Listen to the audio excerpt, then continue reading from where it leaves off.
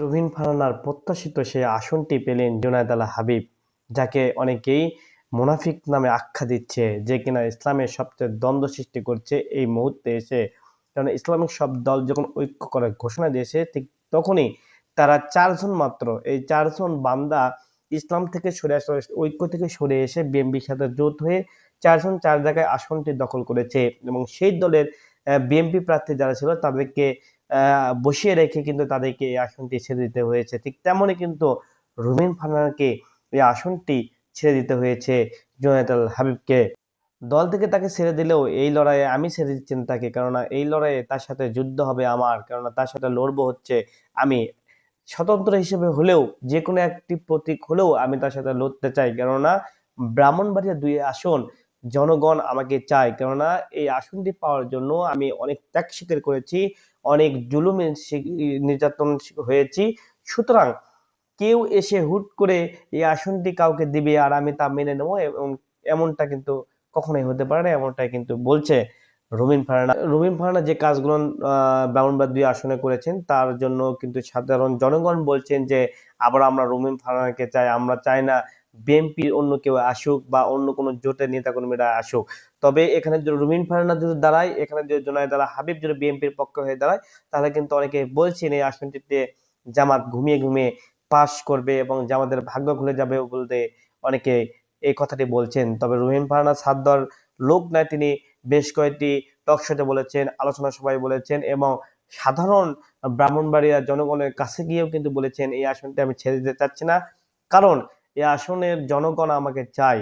কারণ এই আসনের জন্য আমি অনেক কিছু করেছি, জনগণের জন্য আমি অনেক কিছু করেছি, ত্যাগ স্বীকার করেছি এবং রাস্তাঘাট থেকে শুরু করে বিভিন্ন উন্নয়নমূলক কাজ কিন্তু আমি করেছি, যার জন্য এই আসনটি আমার জনগণ আমাকে ছেড়ে দিতে চাচ্ছে না।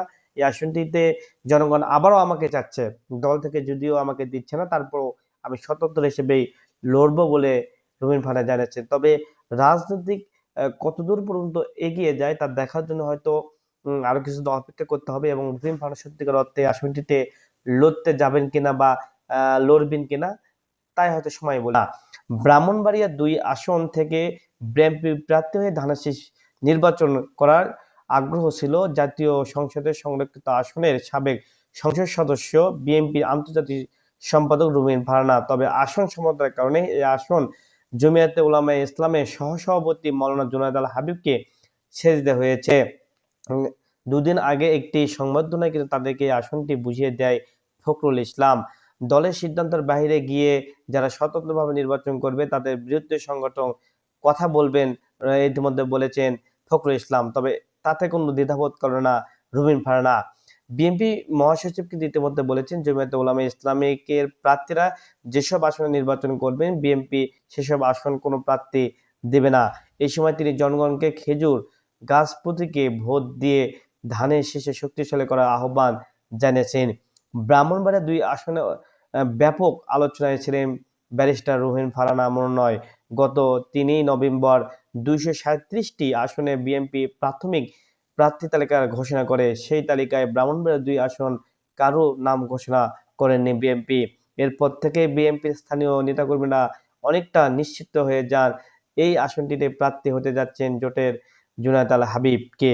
তবে ব্রাহ্মণবাড়িয়া 2 আসনটি ব্যারিস্টার রুমিন ফারহানা বন্ধ তার নির্বাচনের প্রচার প্রচারণা রাখেননি। বিভিন্ন সভা সমাবেশ দলীয় মনোনয়ন না পেয়ে স্বতন্ত্র হওয়ারও কিন্তু ইঙ্গিত দিয়েছেন এবং স্বতন্ত্র হয়ে কিন্তু তিনি লড়বেন।